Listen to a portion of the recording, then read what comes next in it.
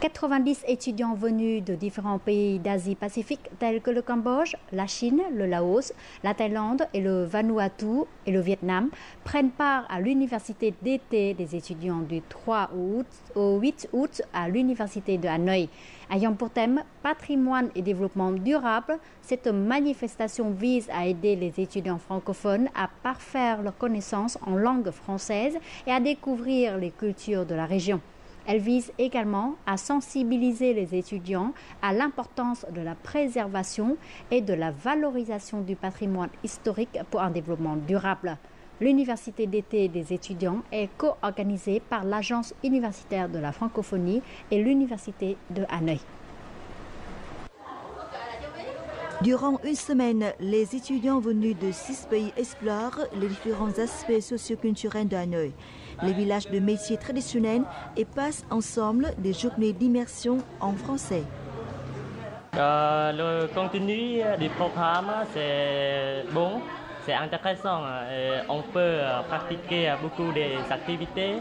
Et on a visité beaucoup de temples comme ce village et on rencontre la vie des gens là-bas, on les contacte, on prend aussi on les dit quelques mots pour communiquer, ils sont gentils.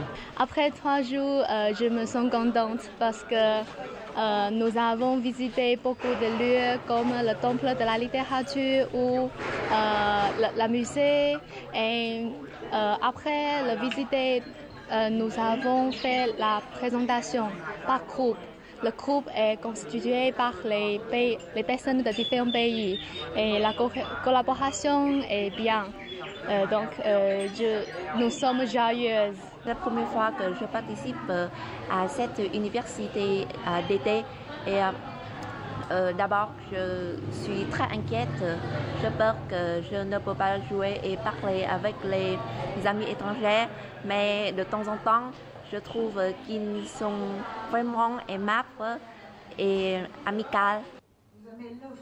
L'université d'été des étudiants francophones en Asie-Pacifique a été initiée en 2007 par l'Agence universitaire de la francophonie. Le patrimoine culturel est un thème très important de l'UNESCO et de l'ONU pour les années qui viennent. Et l'université de Hanoï continue l'initiative de l'AUF sur ce thème. D'abord, c'est un thème lancé par l'AUF, mais une autre raison, c'est que notre université est aussi membre de l'UNITUN, un réseau de la chaire de l'UNESCO pour l'éducation et la recherche pour le développement durable. Et ce sont ces raisons-là qui expliquent pourquoi nous avons choisi ce thème pour cette année. Dans le cadre de l'université d'été, les jeunes francophones participent à la production de reportages vidéo, photos et articles écrits. Ils prennent également part à des conférences animées par des spécialistes dans ces domaines. Comme nous venons de voir le reportage sur les activités de l'université d'été, pourriez-vous nous dire d'où vient l'idée d'organiser l'université d'été pour les étudiants francophones? Alors l'université d'été fait partie des très nombreuses activités que met en place l'Agence universitaire de la francophonie en Asie-Pacifique. L'Agence universitaire de la francophonie, tout le monde le sait, c'est un très vaste réseau mondial d'universités ayant le français en partage. En Asie-Pacifique particulièrement, nous avons privilégié, parmi d'autres activités, celle des universités d'été dès 2008. Il s'agit de réunir des étudiants francophones de toute la région d'Asie et du Pacifique afin de renforcer leur niveau de français, leur permettre de discuter entre eux en immersion en français, de partager une thématique commune d'avenir et d'actualité et bien sûr de découvrir et partager les différentes cultures de la région.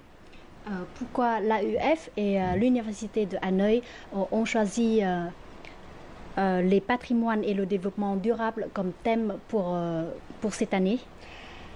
Patrimoine et développement durable, c'est une question au plein cœur de l'actualité et ce, pas qu'en Asie-Pacifique.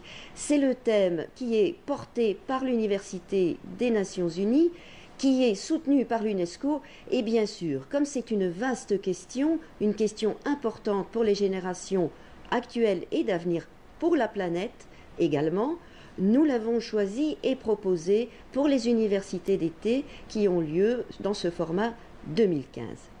Et quelles sont donc les nouveautés de l'université d'été de 2015 par rapport aux années précédentes? Jusqu'à présent, c'était le bureau Asie-Pacifique de l'Agence universitaire de la francophonie qui organisait chaque année une seule université d'été pour l'ensemble de la région. Dès le mois de mars, nous avons eu l'idée de faire confiance à nos partenaires historiques. Depuis 25 ans, nous sommes dans la région Pacifique, et de finalement soutenir les initiatives de nos universités partenaires. Nous avons donc lancé un appel d'offres et 3 universités ont répondu avec de magnifiques projets.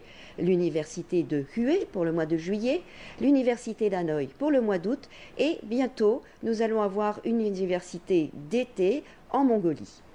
Et outre l'université d'été, est-ce que l'AUF déploie-t-elle d'autres activités en faveur des étudiants francophones? Nous déployons un effort au quotidien. Nos actions sont soutenues, constantes depuis 25 ans, et nos idées sont différentes chaque année, mais aussi toujours vers les jeunes étudiants, les moins jeunes, les chercheurs, les écoles doctorales, et puis bien sûr les enseignants. Nous sommes là pour la mobilité des enseignants et des étudiants dans le monde francophone, dans la totalité du monde francophone. Nous sommes là avec des outils de pointe dans le numérique, surtout en Asie. Nous sommes là pour soutenir le français en formation continue pour les enseignants, et nous sommes là bien sûr pour la promotion du français de manière la plus moderne.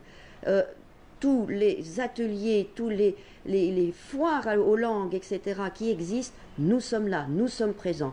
En Corée, en Chine, au Vietnam, en Indonésie, bientôt en Thaïlande au mois de juillet. Nous sommes là au quotidien auprès des jeunes et moins jeunes francophones au niveau universitaire. Et quels sont donc les prochains projets de l'AUF? L'année 2015 a initié d'autres nouveautés. Nous voulons, en Asie, plus que dans d'autres régions, répondre à une demande croissante et importante de nouvelles technologies en matière d'éducation numérique et de diplômes à distance. Nous équipons actuellement tous nos campus francophones, à commencer par celui de Hanoï, qui a été inauguré récemment. Ensuite, ça sera celui d'Ho Chi Minh, celui de Phnom Penh, celui de Cambodge, Laos, puis ensuite la Chine, le Vanuatu. Tous nos campus seront revus, réadaptés aux nouvelles technologies et par la demande de nos partenaires en Asie-Pacifique, parce que l'Asie est prête à cette révolution du numérique éducatif et nous le réclame. Donc, ce qui sera très présent et très nouveau en 2016, ça sera notre présence dans le numérique éducatif. Une question un petit peu à part.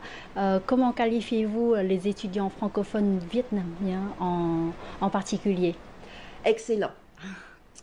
Le français, il n'y a pas de concurrence dans les langues. Au plus on connaît de langues, au plus on est à l'aise, au plus on peut se rendre sur tous les continents et dialoguer avec le plus de personnes possible. Plus il est possible d'imaginer aussi un avenir ouvert et forcément la réussite. L'anglais, bien sûr, est utilisé et l'anglais est utile. Mais le français fait la différence et nous le voyons, les étudiants francophones qui parlent très souvent l'anglais, même majoritairement l'anglais, les étudiants francophones au Vietnam sont d'excellent niveau. Encore une fois, je vous remercie pour cet entretien.